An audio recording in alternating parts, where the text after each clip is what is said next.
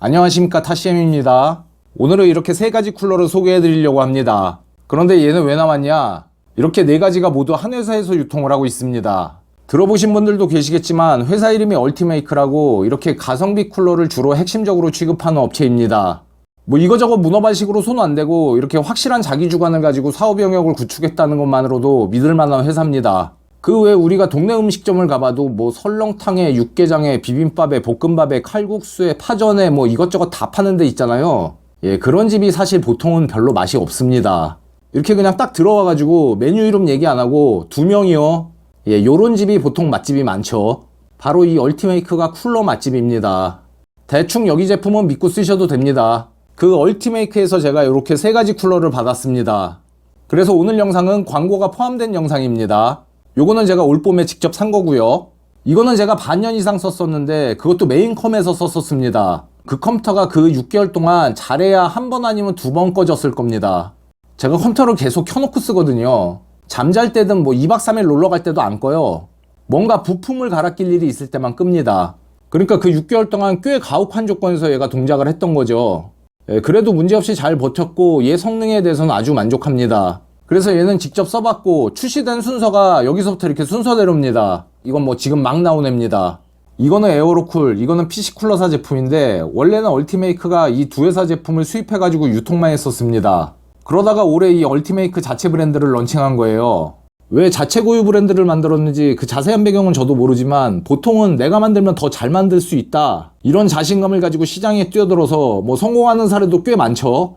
트랙터 만들던 람보르기니가 페라리한테 개무시 당한 다음에 빡쳐가지고 아, 내가 직접 스포츠카를 만들어야 되겠다, 그래서 탄생한 브랜드가 람보르기니라는 스토리는 뭐 많이들 알고 계시는 일화죠. 얼티메이크 자체 브랜드를 뭐 빡쳐가지고 만들진 않았겠지만 굉장히 기대가 될 수밖에 없는 게 계속 한 우물을 팠었기 때문에 쌓인 노하우가 적지 않을 겁니다. 쉽게 말해서 자신이 있으니까 만들었을 거란 거예요. 그래서 올해 6월에 이 에픽이라는 쿨러를 내놨고 얘를 갖다가 더 발전시킨 게 얘입니다. 박스 크기부터 얘보다 한참 큽니다. 가격은 다나와 최저가에서 100원 단위 반올림했을 때 32,000원, 24,000원, 2만원, 38,000원입니다. 가격도 이 네 가지 중에선 가장 고가고 스펙도 제일 뛰어납니다. 이 네 가지 제품이 모두 단일 타워형 쿨러지만 각자 개성이 뚜렷하고 지향점이 조금씩 달라요. 자, 그럼 일단 개봉을 해서 외관을 살펴보고 바로 테스트를 해보도록 하겠습니다.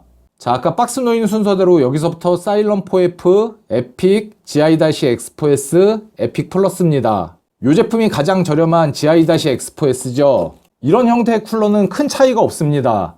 이 방열판의 크기하고 방열핀의 개수랑 구조, 그리고 히트파이프가 어느 정도 두께로 몇 개나 들어갔는지, 거기까지가 이 부분의 성능을 결정짓는다고 보시면 되고 나머지는 팬 성능입니다. 이 팬은 얼마나 풍압이 높고 풍량이 많냐에 따라서 또 성능이 나눠지죠. 그리고 이런 형태의 쿨러들은 대부분 이 히트파이프를 6mm짜리 4개를 씁니다. 이렇게 4개고 이 히트파이프의 지름이 6mm예요. 얘네들도 다 똑같습니다. 에픽 플러스만 8mm짜리 씁니다. 많이 두껍죠. 얼핏 봐도 두께 차이가 많이 나죠. 이 바닥면을 보면 확연한 차이를 느낄 수 있습니다. 게다가 얘는 쌍팬이어가지고 성능면에서는 이 나머지 세 가지 쿨러를 확실히 앞돌 것 같습니다. 그리고 방열판이 보통 이렇게 정사각형 또는 직사각형으로 생긴 모델이 있고 얘 같은 경우에는 요런 형태죠. 그 철자처럼 생겼어요. 이렇게 생긴 애들이 다른 부품과의 간섭면에선 유리하고 방열 면적에선 조금 손해를 보고 그럴 것 같죠. 에픽을 제외한 나머지 애들은 다 사각형 구조입니다. 얘도 사각형이고 이 팬을 제거해보면 에픽 플러스에서 팬을 제거한 건데 얘도 사각형이죠. 얘는 상단에 커버가 있고 여기도 불이 들어오는 것 같아요. RGB 케이블이 달려 있습니다. 자, 이 네 가지의 방열판은 이렇게 생겼습니다. 자, 이제 본격적으로 온도를 테스트 해볼 건데 1, 2, 3, 4등이 가려지겠죠. 일단 이 테스트를 진행하려고 알리에서 싸구려 벤치 테이블 하나 샀습니다. 이 제품의 이름은 당연히 기억이 안 납니다. 뭐 그냥저냥 쓸만한지 쓰레기급인지 모르겠는데 일단 쓸만하면은 제가 자막으로 밑에다 이름을 넣어드릴게요. 일단 이 도마 같은 판때기하고 이런 부자재가 답니다. 이게 만들어 놓고 보니까 생각보다 괜찮네요. 20몇 달러짜리 치고는 짜임새 있게 잘 만든 것 같아요. 예, 팬하고 30cm 정도 거리에 마이크 설치했습니다.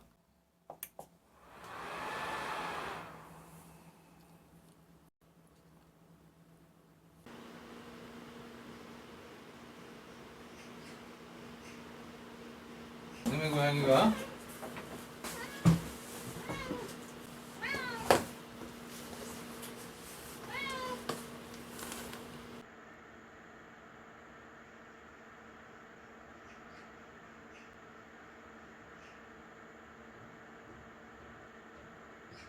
고양이가.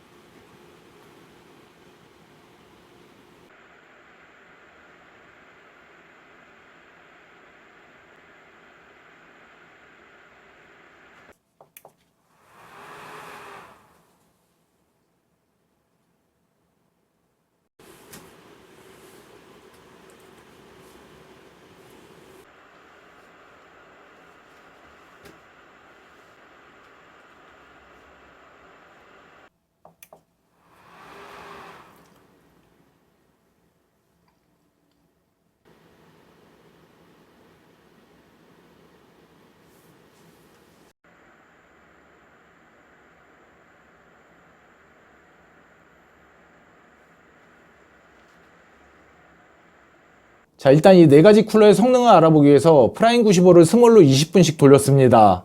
사용된 CPU는 5600X고요. 전압은 전부 다 1.25V로 수동으로 고정해줬습니다. 그 조건에서 20분을 돌렸을 때 최고 온도입니다. 이 순서는 가격 순위입니다.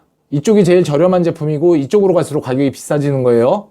우선 먼저 말씀드릴 게 날씨가 추워져가지고 제 방 온도가 굉장히 낮습니다.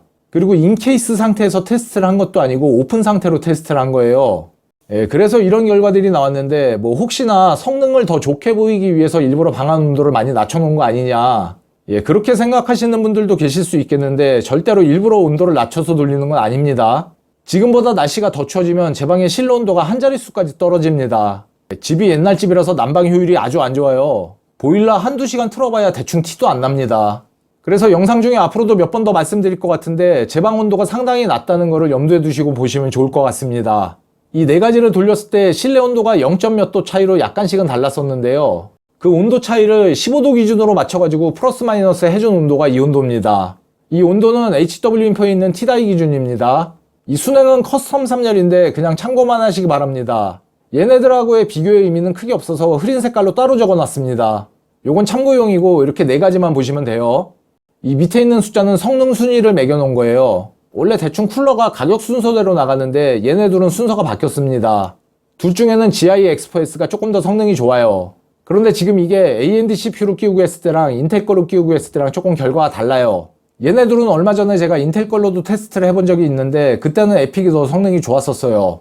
그런데 이 쿨러 테스트가 사실 변인 통제하기가 굉장히 힘듭니다. 자, 그래서 이 4가지의 온도 비교 결과는 이렇습니다. 이거 다 일일이 20분 알람 맞춰놓고 칼같이 돌린 겁니다. CPU 배수는 전부 42배수 줬어요. 자, 그럼 이 정도 성능이 나오는 애들을 가지고 PBO를 적용시키면 얼마까지 터질 것이냐, 그거를 테스트 해봤습니다. 물론 얘네들을 가지고 수동 오버를 하실 수도 있습니다. 그 수동 오버 결과도 따로 보여드리겠습니다. 일단 PBO 적용 시에 얼마까지 터지는지를 보면 제가 여기 PBO라고 안 쓰고 오토 오버클럭킹이라고 쓴 게 라이젠 마스터에서 오토 오버클럭킹을 적용했을 때가 더 높게 터집니다. PBO랑 비교하면 약간의 장단점 차이가 있긴 한데 어쨌든 높게 터지기는 얘가 더 높게 터져요. 이 설명은 나중에 보드 리뷰할 때 따로 하기로 하고요. 프라임 95 기준으로 44.3부터 44.8까지 터져요. 순행은 제일 높게 터져서 45까지 터지는데 제일 높게 터지는 애랑 제일 낮게 터지는 애를 비교해도 1배수 차이가 차 안 납니다. 그러니까 어차피 PBO를 쓰실 분들은 무리해서 성능 좋은 쿨러를 달 필요가 없다는 얘기예요. 물론 이쪽으로 갈수록 약간씩 더 성능이 올라가긴 합니다. 하지만 그 차이가 그렇게 크지는 않은 거죠. 프라임 95에서는 이 정도의 차이가 났고요. 시네벤치에서는 이렇게 3가지는 똑같이 터져요. 얘만 살짝 조금 더 높게 터지고 순행은 프라임하고 비교하면 조금 더 차이가 납니다. 프라임은 0.2배수인데 시네벤치는 0.5배수까지 차이가 납니다. 그러면 얘네들을 가지고 수동 오버를 하면 또 몇 배수까지 들어갈지 궁금하잖아요. 그래서 수동 오버를 해봤습니다. 그런데 이게 말씀드린 대로 제 방의 온도가 굉장히 낮습니다. 그리고 현재 지금 제가 가지고 있는 5600X가 어느 정도 수율일지 모르겠는데 지금까지 제가 만져본 거는 총 2개입니다. 둘 중에는 지금 테스트하고 있는 애가 조금 더 좋아요. 그래서 온도하고 수율에 따라서 차이가 있다는 걸 먼저 말씀드리고요. 결과는 이렇습니다. 안정성 검증은 시네벤치 10회전 연속으로 테스트했습니다. 그랬을 때 에픽 플러스는 48배수, 에픽은 47.5배수까지 들어갑니다. 아까 보여드린 대로 이 넷 중에서는 성능이 얘가 1번이고 얘가 4번입니다. 그래서 사일런 4F 같은 경우에는 굳이 테스트를 안 했습니다. 이게 48배수고 이게 45배수쯤 됐으면 얘도 한번 돌려봤을 텐데 지금은 요거 둘의 편차가 그렇게 크지 않아가지고 뭐 돌려보는 의미가 없죠. 이거 둘의 중간이라고 해봐야 47.75입니다. 48배수는 해봤는데 안 들어가요. 그러니까 48은 안 들어가고 47.5는 당연히 들어가겠죠. 그래서 얘는 특별히 따로 안 해봤습니다. GI X4S도 해봤는데 48은 안 들어가고 47.5는 들어갑니다. 그래서 보면 순행도 어차피 48배수까지밖에 안 들어가거든요. 온도는 무려 20도가 넘게 차이가 나는데 그냥 수율의 한계인지 이 이상은 안 들어가요. 그래서 외기온도 조건만 좋다면 이런 저가형 공랭 쿨러들도 순행하고 별 차이 없는 성능을 낼 수 있습니다. 이게 5600X라는 CPU의 장점이자 단점입니다. 이 중에서 제일 비싼 에픽 플러스라고 해봐야 채 4만원이 안 되거든요. 이 정도의 쿨러만 사용해도 순행 못지않은 성능을 뽑아먹을 수 있으니까 공랭 유저 입장에서는 장점이죠. 반면에 순행 유저 입장에서 보면 이런 공랭 쿨러로도 이 정도 배수가 나오니까 순행을 쓰면 당연히 한 50배수나 그 이상도 나올 수 있을 거라고 생각을 하겠지만 그게 안 된다는 거죠. 그래서 순행을 쓰는 입장에서 본다면 이건 뭐 심각한 결함이 아니냐고까지 얘기할 수 있을 정도로 단점이 큽니다. 온도는 이렇게 여유가 있는데 배수는 더 이상 안 올라가요. 그러니까 아까 오토 오버클럭킹의 결과를 보나 이 수동 오버의 결과를 보나 5600X는 그렇게 좋은 쿨러를 사용할 필요가 없습니다. 물론 지금 정도의 낮은 외기 온도를 기준으로 드리는 말씀입니다. 왜냐면 그렇게 시네벤치 10회전을 돌리고 났을 때 온도가 이렇거든요. 에픽 플러스가 얘네들하고 그렇게 온도 차이가 많이 안 나는 게 얘네는 전압을 1.4V를 줬어요. 배수를 0.5배수 낮추면서 전압도 조금 빼줬습니다. 그래서 이 둘의 전압이 다르다 보니까 온도 차이도 상대적으로 좀 줄어든 거죠. 아무튼 지금 실내 온도가 15도가 아니고 10도 더 높은 25도라고 치면 이 온도들의 10도씩만 더하면 이런 쿨러로는 이런 배수들이 안 돌아간다는 얘기예요. TJ-Max가 95도인데 여기다가 10도씩 더하면 전부 다 100도가 넘어가죠. 반면에 얘는 10도가 아니고 20도를 더해도 48배수는 돌아간다는 얘기예요. 그런 차이가 있습니다. 그러니까 5600X라는 CPU는 제가 지금 두 개밖에 안 만져봤지만 나머지 애들도 특성은 다 비슷할 것 같거든요. 그러니까 5600X는 온도가 낮아지면 낮아질수록 얻을 수 있는 이득이 그렇게 크지 않아요. 쿨링 조건이 아무리 좋아도 어차피 어느 정도 배수 이상은 안 들어가요. 그거는 아마 5800X도 마찬가지인 것 같고요. 제가 지금 버미어 CPU를 5600X 두 개, 5800X 하나, 590X 하나 이렇게 만져봤는데 그러니까 총 4가지를 만져봤는데 거의 특성이 비슷해요. 이번에 새로 나온 그 4개 CPU뿐만이 아니고 그 이전 세대 라이젠들도 거의 비슷합니다. 항상 온도나 전압이 여유 있는 상황에서도 어느 정도 이상 잘 안 들어가는 경향이 있습니다. 그래서 AMD CPU가 상대적으로 오버클럭하는 재미는 없어요. 유저의 자유도가 좀 떨어져요. 그런데 어쨌든 이런 공랭 쿨러에서 이런 배수는 지금처럼 특수한 온도 조건에서나 나오는 겁니다. 저 같은 경우에도 지금 계절이 한 7, 8월쯤 된다고 하면 이런 거는 힘들겠죠. 이런 공랭 쿨러들로 이런 배수를 넣고 써볼 수 있는 거는 1년 중에 4, 5개월밖에 안 됩니다. 만약에 순행을 쓴다면 1년 내내 이렇게 써볼 수 있겠죠. 그래서 추울 때 한시적으로만 이렇게 써볼 게 아니라면 현실적으로 이런 공랭 쿨러들로는 수동 오버보다 오토 오버클럭킹이 더 어울립니다. 그래서 얘네들을 가지고 전부 다 오토 오버클럭킹을 적용해가지고 성능 차이를 한번 비교해봤습니다. 말씀드린 대로 이 4가지가 GI X4S가 제일 저가고 에픽 플러스가 제일 고가예요. 그래서 중간에 있는 에픽하고 사일런은 빼고 제일 저가하고 제일 고가 쿨러만 가지고 테스트해봤습니다. 그래서 GI X4S하고 에픽 플러스, 순행까지 3가지를 오토 오버클럭킹으로 테스트해봤고요. 비교는 수동 오버까지 총 4가지를 비교해봤습니다. 이거는 작업 성능을 보는 벤치 결과인데요. 요렇게 3가지는 오토 오버클럭킹이고 요거는 수동 오버의 결과입니다. 빨간색이 제일 높은 점수고 주황색이 두 번째예요. 3등하고 4등은 검은색입니다. 이 벤치들에서는 수동 오버가 넘사예요. 그래서 모든 테스트가 다 수동이 1등 빨간색이고요. 그래서 얘는 젖혀놓고 나머지 3가지만 보면 주황색이 순행이 제일 많죠. 오토 오버클럭을 해도 순행이 제일 높게 터지는 게 맞습니다. 그래서 얘가 주황색이 제일 많긴 한데 뭐 그렇다고 해서 차이가 많이 나는 건 또 아니에요. 가끔 가다가 얘네가 주황색인 것도 있고요. 이거는 3D막 테스트 결과 비교인데요. 아까 작업 성능 보는 벤치랑은 다르게 수동 오버가 전부 다 1등은 아닙니다. 그래도 역시나 수동 오버 쪽이 제일 결과가 좋다고 보여지고요. 두 번째는 오토 오버클럭킹에 순행 쿨러를 적용했을 때가 얘 다음으로 결과가 좋았습니다. 빨간색이 제일 많고 주황색이 제일 많습니다. 그리고 GI X4S나 에픽 플러스도 이렇게 간간히 빨간색, 주황색이 있어요. 그 다음은 게임 프레임 비교인데요. 기존에 테스트하던 배그, 디비전2, 툼레이더에 한 가지 게임을 더 추가했습니다. 어쌔신 크리드 발할라입니다. 그래픽카드는 MSI 3070 게이밍 X 트리오 썼습니다. 빨간색, 주황색은 여전히 이쪽이 더 많지만 이렇게 프레임을 자세히 비교해보면 그렇게 큰 차이는 없습니다. 그러니까 PC의 주 사용 목적이 게임이신 분들은 이 정도 저가형 쿨러를 쓰셔도 충분하다는 얘기입니다. 하지만 날씨가 더워지면 지금보다는 순행하고의 차이가 더 커질 것 같습니다. 왜냐하면 순행은 실내 온도가 올라가도 지금 클럭이 거의 다 나올 건데 공랭 쿨러들은 지금보다는 분명히 클럭이 떨어질 거란 말이죠. 그래서 따뜻한 온도에서는 지금보다는 조금 더 차이가 날 겁니다. 아무튼 작업, 3D막, 게임까지 세 가지를 비교해봤는데 5600X의 공랭 쿨러 조합이 의외로 괜찮습니다. 이거는 뭔가 일시적인 오류가 있었는지 0.6밖에 안 나왔어요. 이거 진작에 알았으면 다시 한번 더 돌렸을 텐데 이미 늦었죠. 자, 오늘 이렇게 네 가지 쿨러를 비교해봤는데요. 주요 스펙에 관한 설명도 다 해드리려고 했는데 대부분 생략하고 제가 생각할 때 제일 핵심적이라고 생각하는 스펙 세 가지만 가져왔습니다. 이 세 가지 말고도 뭐 풍량이 어떻고 풍압이 어떻고 소음이 어떻고 뭐 많죠. 하지만 그렇게 중요하다고 생각하지 않아가지고 걔들은 다 생략했습니다. 어차피 뭐 그런 것들은 다 돌려보면 나오거든요. 돌려보기 전에는 그런 스펙들을 보고서 이 쿨러의 성능이 얼마나 나올지 대충 가늠을 해볼 수가 있지만 그거는 돌려보기 전의 얘기고 실제로 돌려보게 되면 뭐 그런 숫자들은 큰 의미가 없죠. 그냥 좋은 놈이 좋은 겁니다. 소음도 마찬가지예요. 실제로 스펙을 보면 얘가 제일 조용합니다. 그런데 막상 돌려보면 실제로 이 네 가지는 차이가 거의 없어요. 전부 조용한 편입니다. 그래서 그런 스펙들은 실제로 돌려보게 되면 큰 의미가 없고 현실적으로 중요한 스펙들이 이런 스펙들입니다. 이 쿨러 높이는 케이스와의 간섭이 있을 수 있기 때문에 꼭 아셔야 되는 스펙입니다. 얘네 둘이 제일 높고 얘가 제일 낮은데 1cm 차이밖에 안 나죠. 그런데 그 1cm 차이가 의외로 큽니다. 그래서 쿨러를 구입하시려면 구입하기 전에 이 쿨러 높이하고 케이스의 쿨러 장착 가능 높이 두 가지를 꼭 알고 계셔야 됩니다. 그 다음에 ARGB는 메인보드랑 연동시킬 수 있는 어드레서블 RGB 조명을 얘기하는 겁니다. 이 세 가지는 ARGB고요. 얘는 아닙니다. 얘도 자체적으로 RGB 조명이 있긴 한데 단조롭습니다. 얘네들만큼 화려하진 않아요. 그래서 이거는 RGB 조명을 메인보드랑 연동시키려는 분들도 계시기 때문에 알고 계셔야 되는 스펙이고요. 뭐 가격은 뭐 당연히 제품 고르는데 아주 중요한 선택 기준 중에 하나입니다. 그래서 테스트 결과랑 이런 스펙들을 가지고 제가 나름대로 점수를 한번 매겨보려고 했었는데요. 이게 받은 쿨러들이다 보니까 제가 점수를 매기는 것도 좀 조심스러워요. 일단 이 네 가지 쿨러는 전부 다 평균 이상입니다. 뭘 골라도 에이 잘못 샀네 이런 소리는 안 나올 만한 애들입니다. 물론 얘네들보다 성능 면에서 가격 면에서 뭐 소음 면에서 더 좋은 쿨러들도 있어요.